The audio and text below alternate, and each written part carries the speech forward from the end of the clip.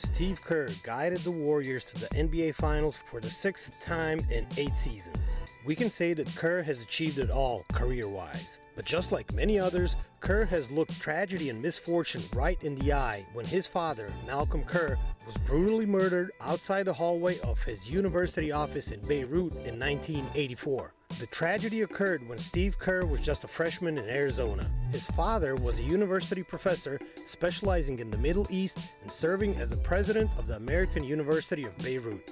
2 nights after the death of his father, Kerr shed tears during a moment of silence before tip-off. He then wiped away his tears, came off the bench and knocked his first jumper. He finished 5 of 7 that night amid carrying the burden of losing the most important man of his life. It seemed as if Kerr's worries were put aside when he stepped onto the hard court. Unfortunately, this didn't last long.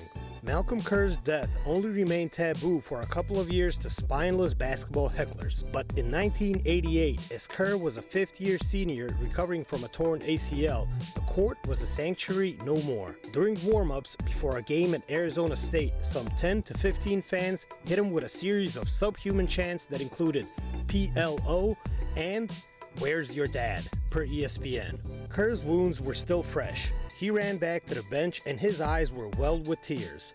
He took some time to deal with his emotions. We can say that he needed that moment to turn the fans' hate into fuel. The guard dropped 20 out of his 22 points in the first half alone. He also went 6 of 6 from downtown. It seems that his performance propelled his stock enough to become an NBA player. "There's no question they made me play my best," Kerr said that night. Some of his college highlights include a brilliant assist-to-turnover ratio for the 87-88 season. He managed to dish out 150 assists, while at the same time he committed just 36 turnovers. During the same season, he made an amazing 113 three-point shots on 199 attempts for an NCAA record-breaking 57.3 three-point field goal efficiency.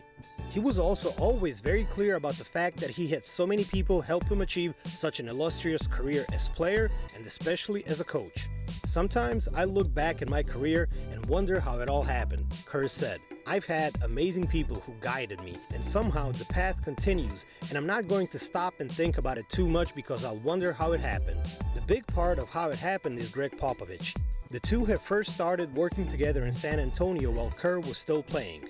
After a 4-year run when they won 2 championships, Pop and Steve had to wait over a decade to step on the same court, this time on the opposite sides. Once Kerr took over the Warriors' head coaching job, the two became conference rivals. Kerr always looked up to the legendary Spurs coach. "Having played for him for 4 seasons and the opportunity to work with him, I learned so much about the game and people and culture," he said. "A lot of what we do at Golden State is what I learned from Pop. But one thing he taught me is you have to be yourself.